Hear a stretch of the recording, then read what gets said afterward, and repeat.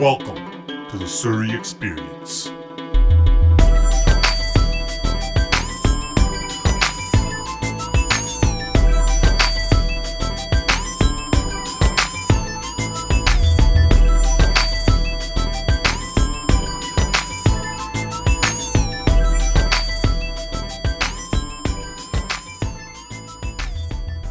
Welcome to the Surrey Experience, episode 5. I have a really special guest on this episode. He's one of my oldest and dearest friends, but on top of that, he's one of the best Punjabi DJs in the world. He's worked with superstars like Mika Singh and Diljit, and my personal favorite, Sunny Leone. He's an all-around stand-up dude, and it's an honor to have him on this podcast. So please welcome Mr. DJ Intense. How you doing, brother? What's going on, man? That's it, man. I really appreciate you having me on the show. I know this is kind of long overdue. We've been trying to set this up for a while, but finally we're here. Yeah. And I love what you're doing, bro. I gotta respect that you're putting Surrey on the map and showcasing how great of a place Surrey actually is. It's crazy. Yeah, I'm just following in your footsteps, man, because you've been repping Surrey for a long time. So, Thank me and Intense go back many years. I first met Intense when I think I was like 13 years old, and he looked completely different back then. He looked like Drew Carey's bastard child. So. And now look at you, you're on top of the world. Yeah, I remember those days, man. Those were good times. I met bro right here back when I was in grade 8. He was in grade 9. We had PE class together, and I remember going up to him and asking him if he's so and so, which is an individual that he had gone to a fight with back in high school, and this guy looks at me like, "What the fuck's wrong with you, man?" All the guys around me are standing there laughing, like, "Dude, this guy beat that guy up, man." So, sorry to bro that he beat up, man. I'm friends with him too, but it's all good. It's all good. Yeah, but even back then, when I was 13, you were already DJing. So when did you start DJing, and what was like your influence? So growing up as a kid, I was always influenced by Punjabi music and hip hop and all different types of music. Of course, growing up with older cousins, you're always influenced by what they do and what they like. One of my older cousins, he was always influenced with rap and gangster rap, stuff like that. Obviously, growing up in Surrey, most people are. Right. Tupac, Dr. Dre, stuff like that. And then I had a couple of my other cousins who were still older than me. One was a DJ. He worked with Ravi Video. And my other cousin, his younger brother, was a tolli. He used to play toll. And, looking up to my older cousins, I was like, hey, I want to be a DJ. Right. I want to play toll. So, DJing, I taught myself. My cousin taught me a little bit of toll. So then I picked it up. We'd play toll gigs and stuff like that. But I've always been musically influenced in my life. There's always been some sort of musical influence. Right. So you're 13. How did you get started? Did you need any equipment, or did you just... Well, yeah, I started when I was 13 years old DJing live events. Before that, I was making remixes since I was like 11, 12 on my computer at home. But at 13, yeah, I started DJing like hall parties, doing like wedding parties, engagement parties, and birthdays, whatever, working at banquet halls. I worked for a company called Diamond Productions, and Diamond Productions was kind of like my stepping stone into getting into live DJ. And yeah, that's where I started. Yeah, so describe the wedding gigs, because I've been to a lot of weddings, and the DJ is, he's not the most favorite person at those. It's crazy how things have progressed to now, right? To what it used to be. But back then, you have a young guy, or not really always young, but you'd have a guy, he'd be in a booth in the corner of the hall, stuck behind some door with a little window, and we're given our 2 CD players, a bunch of CDs, and we play the music. That's what a DJ was back then here in Vancouver, right? Every hall had an established system in the hall with everything there. And that's what we used to do. We used to go there with a CD set, go walk in there, play our shit, walk out, and that's it. So there wasn't no, like, can I request a song back then? Oh, man, don't even get me started. I still fucking deal with that crap, man, even after doing all the work I've done in this industry, right? But yeah, it was always like that. I'm fortunate that I've been one of the only DJs who's never gotten beat up. Yeah. Knock on wood. Right? I was gonna say, but I have had my fair share of friends who've gotten into fights and stuff like that. It's just a matter of having patience, right? Yeah. My uncle coming up to me like, for just shit face and not understanding what the fuck they're saying. The worst is when somebody comes up and they ask for a song, and they like sing like the whole first lyric of the song, but they still don't know the fucking title of the And song. they expect you to know it. Exactly. You need that app. What's it called? Well, back then we didn't have Shazam. Back then I had a fucking Nokia, or the old Nokias with Snake on it. Yeah. That game, that was the shit, man. Those ones were awesome. Yeah, so you DJ'd all through high school. Did you like make your own CDs and sell them, or you just did wedding gigs, or? So, in high school, growing up, I remember coming into grade 8, and I told a bunch of guys that, hey, I make music, I make remixes, and people used to laugh at me, right? Like, hey, man, you're not gonna fucking amount to anything, right? Right. And what I used to do was, back at that time, there used to be MSN Messenger. Yeah. Oh, I remember. Praise the Lord for MSN Messenger. That was the greatest thing ever invented. That's how you pick up chicks back then. Yeah, exactly. Sorry, guys. But I said be on MSN, and because you used to network with all these different schools, people from ND or Matheson, QE, Tamanus. We went to PM, but all used to add me, and I used to just send my stuff out to people, and they used to send it to their friends and their friends, and before you knew it, my music was getting pushed everywhere, and that's what my platform was. So it was just a matter of MSN. MSN was the greatest thing invented in the beginning. Right. That was like social media back That was then. social media. There was no Facebook, Twitter. It was MSN, right? Right. There was ICQ before that, but we don't. Who the fuck used ICQ, right? Like, Yeah. unless you were a fucking dork. Yeah, I never used it. MSN. I'm not gonna lie, I used it, but. So you started getting all this hype, and then when did you realize like this is what I want to do? I'm gonna be a DJ. What was the moment? What was the turning point? You know what? There was never really a moment. It was just the progression that every time I put something out, I got positive feedback. And the more and more positive feedback I got, the more I created. And from that, from just making little remixes here, I started making mixtapes. The mixtapes would get great recognition, and I just kept going. Right. You know what I mean? I started with one. I remember I made one back in grade 10 or 11. And I never released it, but I gave it to a bunch of my friends, and they were like, fuck, this is a wicked, man. Like, keep it going. And they just passed it on. Yeah. And like then... a naked chick's picture that you're not supposed to share. Well, that's how else do you think I got it out there, right? I'm just joking.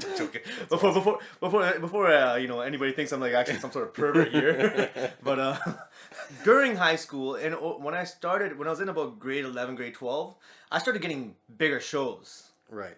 In the sense of where I was doing gigs with like big names. Like I would get calls. I was like 16, 17 years old, DJing besides guys like Monarchy, Dr. Zeus, Jussie Sidhu, and people that I grew up listening to and always been a fan of. All of a sudden I'm DJing these guys' events. Right. Right? And this was during high school. Yeah. Yeah. So, okay, you're in high school, you're DJing, you graduate. What's your plan? Did you get a part-time job? Did you go to college? Graduating, like I just still kept doing the remix stuff. I started getting into making beats and stuff like that. And opportunity just kept arising. Right. And, I started meeting different artists. And as I started meeting different artists, they're like, you should actually make music as opposed to just remixing it. Right. And so I started making beats. And when I started making beats, I started meeting singers. And the singers would sing over them. Like, I remember my first single I released was with a guy named Gurteshwar. And we did a track called Dil Dangadi. I didn't release it till like 2009. But when it came out, people were like, holy fuck, this guy makes good music. Okay, so that's when you were like, this is what I'm gonna do. Oh, okay. And my mom and dad eventually were just like, all you fucking do is sit in this goddamn fucking room all day. You sit in front of this computer, click, click, click, click, click. Music's loud. You're fucking interrupting the neighbors. You're doing this. You're doing that. What can you do with this? So eventually I enrolled into a school called Stylus College, and which it was a production school, a production and engineering. So I actually went and I got an education in the music field, right? So I got a diploma in. Would you recommend that to like an up and coming DJ or someone in the music industry? I'll be very honest with you. If it was cool, it was good. It's good to have an education. Everybody should be educated. Do I use everything I learned? No. Right. I use maybe 30% of what I learned right now. Even then, that's pushing it, right? But if you went back, would you do it? Would you do it again or no? Yeah, I would. Yeah. It's just good to have that knowledge, right. Just to know things that people don't know. Yeah, exactly. No, for right. Sure. It's nice to go into a studio with like an older engineer, an older producer, and be able to conversate with them about things that the next person sitting there is like, what the fuck are you talking about, right? You fucking dork. Right. Yeah. So you have the one up on them. Yeah. All right. So after high school, you're still DJing. Are you still doing like wedding gigs and stuff like that, or? So I still do. I work with a company called Decibel Entertainment here, in which I still do weddings and stuff. At the end of the day, everybody's got to make money. Right. And it's going well. I preferably do music now. I produce more music now as opposed to doing live events in my studio. I've worked with so many different artists, not just Bhangra music anymore. I do hip hop. I've done R&B. I've done electro, EDM. I've done every possible genre you could think of. I've worked in it now. Country. Hey, it's crazy. You say country. I can do country music. When I went to school, I actually learned the genre indie rock, which nobody knows what the fuck indie rock is, right? Yeah. But that's what I learned in school. So if I really needed to, I can make you a country song, no problem. I should make the first Punjabi country song. You should definitely do that. Get that chick. What's her name? Carrie Underwood. I was thinking Diljit to sing it. Diljit and Carrie Underwood. That'd be fucking fucked up collaboration. So after high school, you're doing all the weddings and you're making your own. You're going to school and all that. When did you release your first album, and how did that change your career? So going from mixtapes to albums, what had happened in between this time is I signed up with a label that was based out of the UK. And I had created an album called More Than Just a DJ with this label, and because I wanted to showcase the fact that, hey, I am more than just a DJ. I don't just go to live parties and DJ and make remixes. I make music, right? I'm educated in making music, and so I made this full album. The album never came out with this label. We had issues, whatever, shit didn't work out. So what I did is I went independent and I created More Than Just a DJ by myself.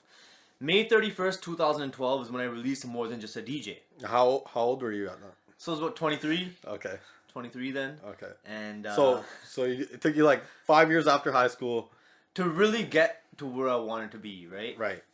But you could have probably released one earlier, but I could have, but it was just it's fucking it was politics, right? Right. And being young, taken advantage of from different music labels. This industry's fucking bullshit sometimes. You know what I mean? People just want to own you. People want to own what you do. People want to with like hold you back. Contracts and stuff. Well, luckily I didn't sign a contract at that time, but it's just people hold you back, right? When you're being held back, you can't be creative. So there's a lot of snakes in the music industry. Don't even get me started. Even in the Punjabi. We'd have to do a second episode. Just to talk about snakes in the industry. So what would you tell some kid getting into the business about how to avoid the snakes? And it's crazy now because the industry's really changed, right? Right.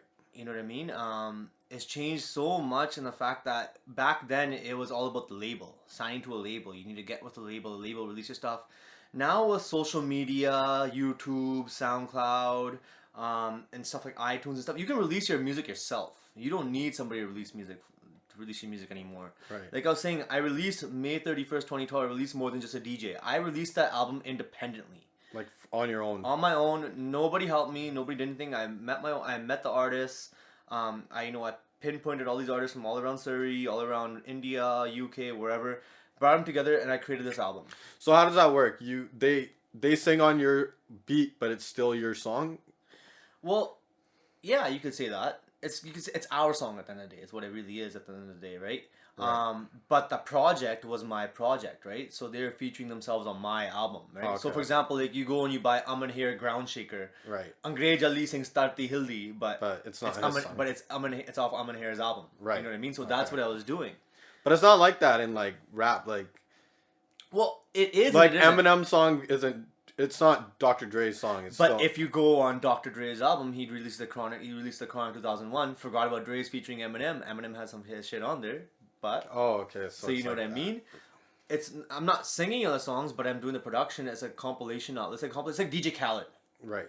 Right, oh, DJ Khaled, for example, releases an album. He doesn't rap or sing or yeah. fucking do anything. He just yells, "We the best!" Right? And, you should have a catchphrase like that. Yeah, I do. Actually, I should. I should call it something. Intense, I guess. Yeah. So what's your creative process when you're like, how does it go from nothing to something? How do you make a beat? What do you do? Do you write it out? Do you think of a song first, or do you just make the beat? There's so many different ways of doing things. It depending on the situation. Like, there's been situations where I I talk to an artist over social media or whatever. They contact me, and that's how we deal with it. So they'll send me their vocals, or I'll send them a beat, right? So if they send me their vocals, I'll make the beat to their vocal, or I'll send them a beat and they'll make a vocal to my beat. Oh, okay. Right? And sometimes maybe I'll be in the studio with an artist. Maybe they'll come with nothing. Right. And we sit here and we'll write something, and I'll make the music. Like, for example, I work with GS Hundle. GS Hundle lives here in Burnaby. He's one of my closest friends and closest artists I work with. You know, he comes in here with nothing. I have nothing in front of me. He makes up some shit. I start playing some shit, and before you know it, we got a fucking whole load of shit that's amazing. Right. So, marijuana is prevalent in our community. Can you discuss if you use marijuana for creativity purposes? I know I do. What about you? Yo, I'm not gonna front. Yeah, I fucking smoke weed every day. Yeah. You know But I mean to make a beat. Does it help? Does it hurt? It does and it doesn't, right? It depends on the kind of person you are at the end of the day. Fuck, we've been smoking weed for how long? Ever since we met. How the hell else do you think we know each other? Weed, yeah. There's always been a joint passed around. Right? But does it help your creativity? It does and it doesn't. At the end of the day, what I like to, preferably myself, I like to make something. I'll make the song and I'll finish it, and then I like to smoke a joint after, and listen to it. Listen to what I've created. And if I'm high and I listen to it and it sounds fucking horrible, yeah, that means it wasn't good. Right. I use marijuana as like my judge. Right. Because if I'm high and I don't like something, that means it's fucking crap. Right. I have to be. If you're high and you like something, of course, you're like, yeah, then it's good. Yeah. It's good. Alright, so getting back to your first album, More Than Just a DJ. Yeah, we totally fucking lost track there, eh? That's fucking crazy. We always ramble. So, More Than Just a DJ, the anthem of Surrey, Loaning Up Indians on there. Talk about life before and after that. So, before More Than Just a DJ, like I said, I was working with that label. You know, like, we made a full album. It was done really well. The guy that was managing me at that time, I don't think he believed in me and what I was doing at the end of the day, right? He knew I had the talent, but I guess he himself didn't have the knowledge of what to do. And he would tell me, you know, Intense, get another job. Like, why are you, like, there's no money in this fucking game, right? Right. And at that time, I'm thinking to myself, like, yo, like, this is all I know how to fucking do right now, right? My whole life, I've never been good at sports. I've never been good at anything. The one thing I'm fucking good at, this fucking guy tells me that, hey, I should go get a job. Right. And I'm like, you know what? I'm like, after that, I just kind of got turned off. And I'm like, okay, so I went on my own. No expectations in life of where this music and this musical journey will go for me. On this album, I had, you know, 13 tracks. Right. And Loaning Up Indians on there. Loaning Up Indians was actually on the previous version of More Than Just a DJ with that label, but that's a different story. And so I released them, expecting nothing out of it. Loaning Up Indians blew right the fuck up. Right when it blew up, I'm like, okay. Nachane No Kare was another track which GS Handel sung on there. Blew up. These two tracks fucking basically cemented my foundation. Right. Into the fucking, my foundation is built off these two songs. Right. Bang. I'm getting opportunity after opportunity. This person wants to work with me. That person wants to work with me. Blah, blah, blah, blah. And directly attributed to your first CD. Yeah. That's crazy. Right. And then what about your second album? Talk about your second album. 2013, I released my second album. It was called Sophistical. Basically, Sophistical was just an album I created in the fact of just, I want to release another fucking album. I was like, I haven't put anything out in a couple of years, and so I released a Sophistical album. Did really well. When you release these albums, you put them on iTunes, right? Yeah, digitally to iTunes. So how does that work? It's your own, you put it up yourself, you're not paying anyone? It's all me. Okay, and then how does iTunes break that down? iTunes takes a percentage, right, and I take a percentage, but I get a nice big chunk, right? So right. So it's a lot better than being with a label, I would imagine. In this day and age, I don't think there's a fucking point of being signed to a major label nowadays, unless that major label is going to give you $20 million and not take anything back, right? Signing to a major label means that you're going to sign your fucking life away. Your Rihanna label's going to give you $20 million for an album. You have to make sure you get that $20 million back to them. Right. So until that happens, you're not making nothing in your pocket. So what about like music videos and all the advertising and all that? Where does that come from? Who pays for that? So at that time, I was working with IMM. I was signed to the IMM label. So IMM label is still an independent label, right? It wasn't a major label. So a lot of my videos were funded through IMM, and which was cool, right? You know, it was a great opportunity, great fucking label, great bass, and we rocked it out. We rocked it out. Um, So what kind of opportunities opened up? Basically, these guys, IMM, took my songs. So, like, for example, they took Loni Appendia, they took Nachane Nukari, they took Naal Nachan off my album. And they were like, we want to take these songs and we want to put them on a larger scale. So, what they had done is that we shot these big budget videos, took the music to India, went off to India, and met all these different artists out there. So, like, I worked with these guys that were doing well. For example, like a guy like Ikka Singh and you know, Mika Singh's nephews, which are Desi Hustlers, and all these different people I met. Like, you know, I was working with Deep Cold from Texas and Kamal Up, and I've been working with all these guys, and we created this album called IMM the Album. IMM the Album we released through Universal Music in India. Like, no, you know, signing with a big fucking label like Universal Music. A year ago, I didn't even think in my mind at all that, hey, I'd be fucking working with the Globe fucking company. You know, you see that big globe that says Universal. Right. Like, wow, this is fucking crazy. Yeah. So that's what had happened. And from there, spending all this time in India, I started meeting people, you know, that's where I met Honey Singh, and I met, like, you know, I met Diljit, Mika, and I met all these J-stars. I met all these artists that I fucking listened to and never thought I'd meet them in my life. And opportunities started arising. So when you went to India, did you go to Punjab or where did you go? So initially, I went to Delhi. Right. And from Delhi, I went to Punjab, and back and forth, Chandigarh, Delhi. And then I left Delhi and I went to Mumbai. And Mumbai is where we landed our deal with Universal. And is that where everyone lives? Like all the... It's, Mumbai is basically like the LA. Right. Right? That's where the entertainment industry is there, right? Whether you're a singer, rapper, artist, dancer, model, actor, actress. Yeah, that's where most people would go, just like you would do out here in LA. And from there, going to Mumbai, like I released a track on the IMM album called In the Club with an artist named Ikka.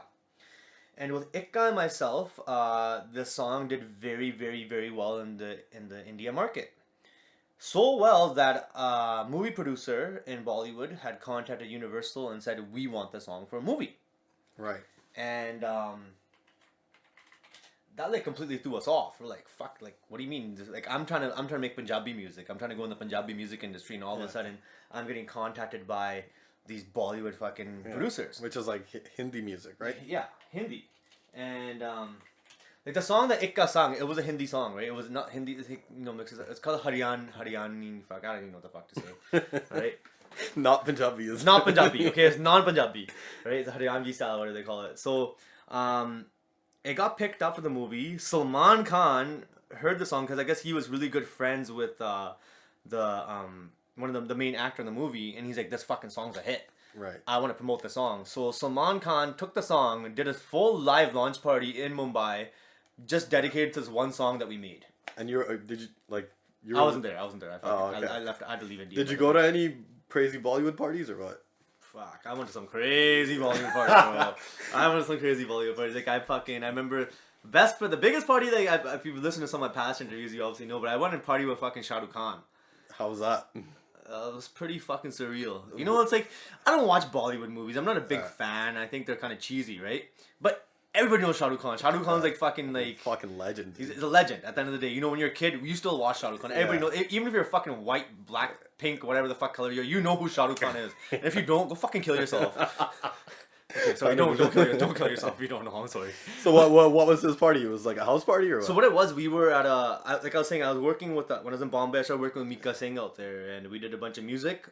And I went to this award show with Mika Singh, and after the award show actually was dedicated to Shahrukh Khan because it was like some sort of anniversary, lifetime thing, right? Give him a lifetime achievement, you know, kind of thing, right? Right.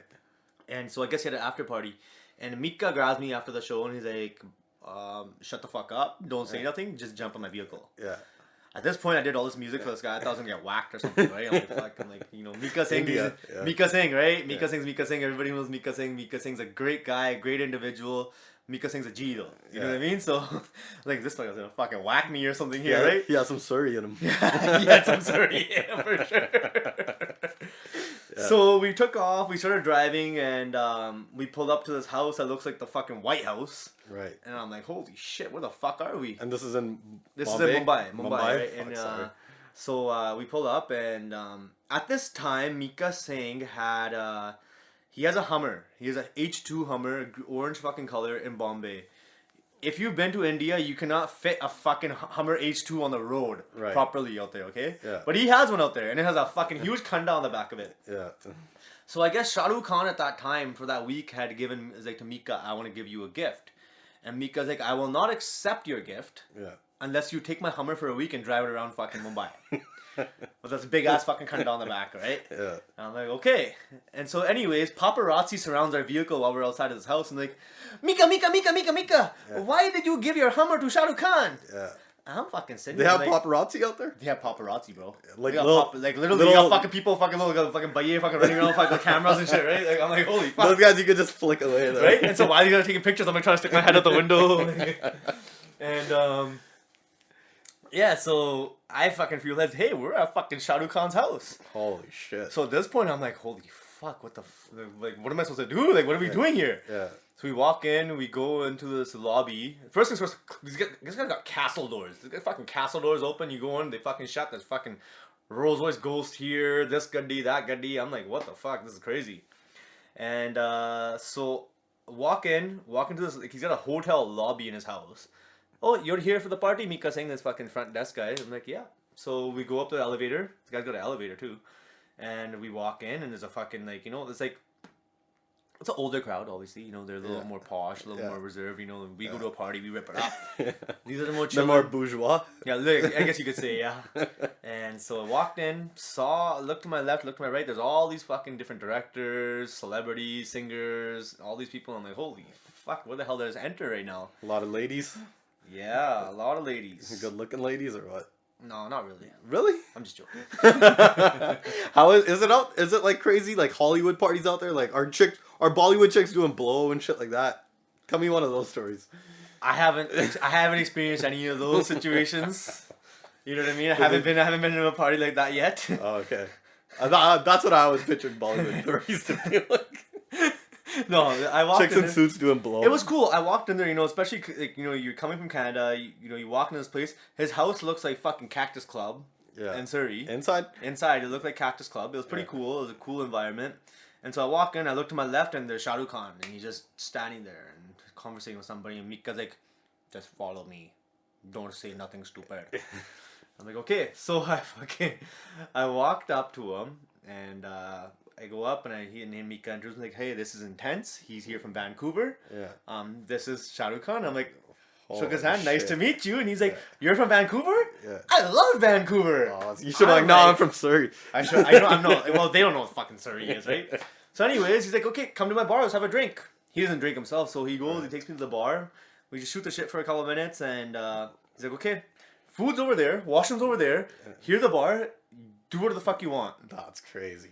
And that was my meeting with Shah Rukh Khan. So, yeah, it was fucking pretty cool. I met a bunch of different celebrities there. I met a bunch of directors. I met a bunch of fucking just crazy people there. It was a surreal experience. After that, you know, I just kind of kept going, going back and forth to India. Started doing more Bollywood work, right? That's all it was. I just went back to India then after that. Right. There's probably way more money in Bollywood. Yeah, and that's what it was. So then I started producing, I started working on movies. And I started doing stuff for like Sunny Leone. So like I did tracks like Pani Wala Dance, and I did stuff like. Did you ever meet Sunny Leone? Yeah, I met Sunny Leone. Yeah. How was that? It was cool. Yeah. It was like Is she a nice person? she is very nice. She's a sweetheart. Is she? Yeah, she's a sweetheart. Yeah, I didn't talk to her for very long because it was like, you know, like You don't want to be that guy. I felt weird. You've seen so many of her movies. Yeah. Is she as beautiful in person as she is in She's in Bollywood movies? she's fucking pervert. She looks very beautiful with her clothes on. Really, eh? Yeah, I think that's what it is, man. She's fucking gorgeous, man. She's extremely, extremely attractive. And you know what? She works hard, man. Like, for somebody to come from Canada or America, Canada, I think. you know, she's from Toronto, but I think she's spending a lot of time in LA at this point. Go to India and she didn't speak Hindi. She didn't speak fucking any of these languages. She didn't even understand. I don't think she ever understood the industry. But she works hard. She works so hard to the point like now she's a top fucking actress now. She's in all these movies. She's in all these shows. Unfortunately for her, just because of her past, she will be never be labeled and she'll never do a movie with Shahrukh Khan. Shahrukh Khan will never do a movie with Sunny Leone, which is unfortunate for her. But she's making money. Is she like a lead actress now? Yeah. Did people know she was a porn star before? Dude, I'm pretty sure. Pretty sure people knew who she was before. Because like 15 years ago, that would have never flew, right? 15 years ago, it would have been really taboo to be I a have porn to star. say, man, India is fucking weird. Can I ask you a question? This is a personal question. How come there's no like Punjabi singer that's out there that's talking about like, you know how like rappers talk about like doing blow and doing all this fucked up shit? Why isn't there a Punjabi guy doing that? Because if I was managing some up and comer, I'd be like, you got to stand out. Everything's been done. Every love song's been sang. Why don't you talk about doing blow and like smoking weed and stuff like that? Well, I'll be very honest with you, bro. Nowadays, there's actually tons of songs about it, but they're not promoting the fact of doing it. They're promoting the fact of going against it. Punjab is a big, big problem in Punjab right now, where a lot of the youth are addicted to drugs, and it's very sad, man. It's a sad situation. Like heroin and stuff. Hey, smack is huge. They're creating their own fucking drugs. I remember seeing a guy with fucking shoe polish in his fucking hair sitting in the sun, and I'm like, what the fuck is this guy doing? All right, and it gets him high. Right. The 70% of fucking the youth of Punjab are getting high on fucking drugs, and it's really a fucking horrible situation. I remember going to India. I went to India for the first time in 2010. Yeah. Which is kind of sad. But when I went there was so much love. People were cool. Everybody was out there to help each other. Now you go there, it's all about fucking money. It's about drugs. You got these fucking guys. You got families fighting over land. So that just happened over a couple years. Yeah, it's fucking mental, dude. That's fucked. Right? And so people sing about the songs, but it's our culture at the end of the day, right? We don't our parents don't support fucking us doing drugs, right, smoking weed, or whatever the fuck you want to do in life, right? So we don't promote it. It's not a thing you should promote at the end of the day, right? You do what you want to do in your own time, but I don't think anybody should promote fucking somebody do drugs. Not doing drugs. I mean, like in a fun way, like doing M and like. It's crazy, hey, bro. We just fucking rambled on about a bunch of fucking bakwas in India. And we're talking about fucking Surrey here, right? The Surrey experience featuring India. Yeah. So your latest album, talk to us about that. So my latest album was not really my album. It was a project I released with GS Handel. Okay. Who was an artist. So you guys Yeah, so he's worked with me for so long. We developed each other in the music and musically. I helped him progress as an artist, as a singer, taking him into different ideas instead of just doing Pindu fucking Desi music and going more urban and stuff like that. And he just had a different style, so I was able to do things with his vocals that I wouldn't be able to do with certain singers. And with that, we made like fucking 40 songs, and out of those 40 songs, we chose 5. Right. And those 5 songs, we created the GQ Lifestyle EP. And out of there, we had fucking, it was a hit record. You know what I mean? We had Diamond Coca. Yeah. Which at this time is the fucking, the biggest song in Surrey history. It is. It's huge. We fucking brought it. I'm trying to fucking bring the hood up on a worldwide scale. Is what my plan is. Right. Right. And instead of trashing it like everyone else. Yeah, it's fucking sad, man. Like people come out here and it's like it's so funny. Like you meet somebody and you tell them like, oh hey, I'm from oh hey, where are you from? Like hey, I'm from Surrey. And they're like, oh. Yeah, there's a negative connotation to it. I'm like, why? Yeah. Why is it? Oh, what, is there something wrong with me? That's the whole reason I started this. Am I a fucking retard? Am I fucking speaking a different language to you here? Like, sorry. What about telling a chick you're from Surrey? What about that experience? Fuck that shit, man. You go to a girl, and I've seen this happen to so many of my friends.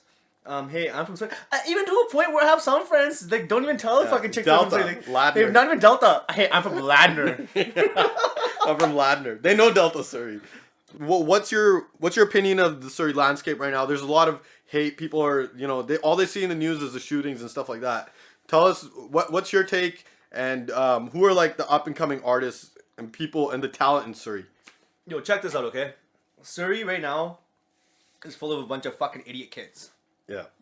Who have parents who work their fucking asses off in order to give them everything they want. And they don't understand the value of $1. They watch fucking rap videos and they watch all these fucking guys and they fucking watch whatever fucking whoever died and whoever gangster and they want to be that. Listen, man, you want to be a gangster? The real gangsters don't fucking go and fucking run around fucking shooting each other for fucking dime bags. Yeah. You know what I mean? At the end of the day, these kids need to fucking grow up. They need to get an education. What's happening right now with all these shootings and stuff, it's fucking terrible.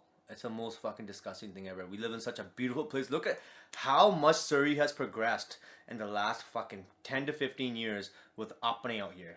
Look how many fucking different subdivisions, how much development, how many jobs, how many look at fucking businesses. Millionaires. Dude, look at fucking 128th Street right now. We got Bile Business Center, which is fucking gang packed with a bunch of fucking sweet shops and a bunch of other fucking suit stores. And they're all flourishing. They're flourishing, right?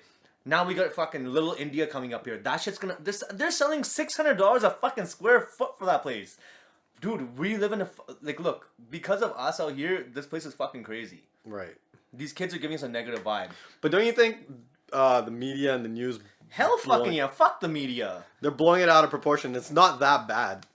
Surrey isn't that bad. We've got a few bad apples. Yeah. Out of all the fucking people that are here. But the news makes it seem like to outsiders who hear about Surrey, they think if you walk down the street, you might get shot, and it's not even close. That you'll never be in danger like that unless you're in the like selling drugs or in that situation. Okay, that's the only way. Okay, if you're a fucking regular guy or a regular fucking woman just driving, of course, because of the stupidity of these guys shooting at each other in public, yeah, maybe somebody could. Right? But it's so fucking far-fetched. Yeah. Dude. Maybe there'll be a terrorist attack in Vancouver. That's the likelihood of it. It's retarded, yeah. Yeah. Straight up, man. The way it's portrayed by the media, we look like we live in the worst place in the world. We look like we live in Compton, and it's not even that bad. Not even close. You know what I mean? Fuck, I go out at night, I go hang out, I go fucking drink, I go party, I go do things. Look how many grandmas walk around. Why do so many grandmas walk around if it's so dangerous? Around with kids. It's not as bad as people make it out to be. Yeah, it's not bad. We live in a fucking amazing place we live in one of the most amazing places in the world. Yeah, 100%. You know what I mean? Would you rather be here or would you rather be in fucking Syria? Exactly. You know what I mean? Fuck Syria. Would you rather be here or would you rather be in like Abbotsford or Ladner or like fucking even like Squamish, you know what I mean? I wouldn't mind Squamish. Fuck Squamish. Sorry, bitch. Squamish is pretty nice, man. Is it? I've never been. See, now I'm just trashing cities without being there. No, but it's you know what? Yeah, I love where I live. I've lived in my same house my whole life. I would never fucking move out of this house. Yeah, 100%. You know what I mean? These guys want to come and fuck around and cause scenes. We'll fucking drive them out of here. I'm not gonna move from my house. Yeah, well, as long as you're not involved, you have nothing to worry about. Exactly. That's the gist of it. Yeah. If you're not involved, you have nothing to worry about. It's the most beautiful city in the world. It is definitely. It's close to everything. The border. You can go to fucking downtown. You can go to Victoria, Whistler, Kelowna. Yo, everything. Listen, you want to go fucking skiing? You can go skiing. Yeah. You want to go fucking swimming you want to go to the beach and go fucking party? You can go fucking to the beach and party. Yeah. You want to go to the States? No problem. States is fucking 15 minutes away. Yeah. You know what I mean? Everything is around here. And now look, for example, look at fucking downtown Surrey. Who would have thought we have a downtown Surrey now all of a sudden? I'm calling it, dude. We're going to get a sports team in 10 years. I'm calling it right now. They're going to build a stadium. And there's too much money here. There's too much fucking money, man. Look at everyone's house. Think about when you bought this house, when your dad bought this house, to how much it's worth now. Bro, this house is worth $1 million fucking dollars. Yeah, and how I guarantee your dad bought it for a fraction of that. Like maybe who knows, maybe less than $100,000 at that time. Think about that. What other city can say that? Nowhere. So fuck everyone hating on Surrey. Yeah, you know what? Fuck everybody. Fuck you guys. All right, so to end it off, what's going on? What's in the future? Who are you working with? New projects, all that stuff. So, to finish off, I got a few things I want to say. I worked in India. I did all this work out in India. And after doing all this work in India, I was making music that I didn't like to make. I was not happy with the music I was making out there because at the end of the day, I was trying to make music for a crowd that didn't understand my music. Right. I came back here to fucking take what we have here because at this point I have developed myself. I have made a name for myself. I have the pull to take what we have here onto a worldwide level. My goal right now, my main goal is to put Surrey as a fucking main goal. So many artists have come out of here and they just left. They fucking left here and they're like, went to go. Nothing against those guys. At the end of the day, they're trying to make a dollar. You want to try to make a dollar, trying to make a career, right? They didn't have that situation in that generation at the time. This new generation that's coming up right now is learning to appreciate stuff, especially because a lot of these guys they're immigrant families. They're coming here Right. at a young age. They're growing up to Punjabi music and they're going up to fucking, modern culture and this urban stuff. And like, I remember doing a show here a few years ago with, for example, Punjabi MC. Punjabi MC came here. Were you there that time? We partied with that guy? Yeah. Rangies, yeah. Anyways, Punjabi MC came down here for a show. And it was at Cheers and 90 people showed up. Yeah. The week before that, he did a show in Germany with 90,000 people. It was a sad fucking time. We didn't have what we had then. Now you go and there's shows happen here, people show up. People come out. It's a crazy thing that's happening here. And with all this new talent coming here, I'm here to set a foundation so that everybody can go high. I want to put Surrey on the map. Not even just Surrey. I want to put Canada on the map. I want to put BC on the map. But Surrey initially because of where I'm from. And so my next project I got coming out is called... I have 2 projects coming out actually eventually. The first one I got coming out is called 124. Now 124 is a street... Yeah, you're laughing about that, right? It's funny. 124 is a street... Should have done a 6'8". Fuck 6'8", man. It's fucking 6'8". There's a little inside joke about that. Our boys will know when we say that. Fuck 6'8". But 124. 124 is my new album. I'm gonna be releasing very shortly, probably summertime. And what 124 actually is a compilation album with all these artists I fucking worked with all around the world. Right. Right? It's a showcase that at the end of the day, I'm a fucking kid from Surrey, and look what I made. Yeah. Right? After that, I'm gonna be releasing another project called Welcome to Surrey. Keeping the Surrey theme going. So my plan with Welcome to Surrey is I'm gonna take all this local talent and I'm gonna fucking take them over the world. I'm gonna fucking showcase what Surrey is actually about, what we have here, and put us on the map. What do we have here? We have so much fucking talent here right now. Like for example, I'm working with this one artist. Her name is JC. She went to PM with us. She's a couple of years younger than me, and she's this phenomenal fucking R&B act that I would have never even thought that she sang back in high school. Right? She was friends with my sister, and now I'm releasing an EP with her. And now at this point, like we're doing projects with people all around America. We're doing songs with guys in like the States and stuff like that because there's talent here. There's so much fucking talent here that is not being put out there. So you're just trying to pay it forward. Pay it forward. Yeah. I'm trying to fucking take what we have here and take it on a bigger scale because we have so much here. Why go and try to make it somewhere else when you could take what you have here and make it something? Yeah, 100%. All right, so Intense, it's been great having you on the Surrey Experience. Tell us where we can find you and all your social media and where to buy your music. So my social media, you can check me out on Facebook. It's the Facebook page is facebook.com/thisIzIntense. So this is intense. My Instagram is the same thing. This is intense. This IZ intense. My Twitter is this is intense. This IZ intense. And you can add me on Snapchat. Intense music. My music you could go on SoundCloud. Find me under Intense IMG. Yeah, man, fuck. What about iTunes? iTunes, you can go and you can search me up. Apple Music, iTunes, all major digital retailers are holding my music that has been released. So Intense. It was a fucking honor having you on this podcast. thanks, brother, man. Fuck, I appreciate you having me, man. Fuck, it's a great time, man. And you know, I people need to fucking listen to the show because my brother here keeps it real. Like when we're talking about keeping it real, at least you know, like everybody sugarcoats shit, man. At least this guy doesn't sugarcoat it. He fucking puts it out there and says it is what it is. No right? sugarcoating. He's saying what you're thinking. Listen to my Gyundern episode. Yeah, But, fuck. All right, Intense. We gotta do this again, brother. All right, bro. 100%. All right. To the Surrey Experience.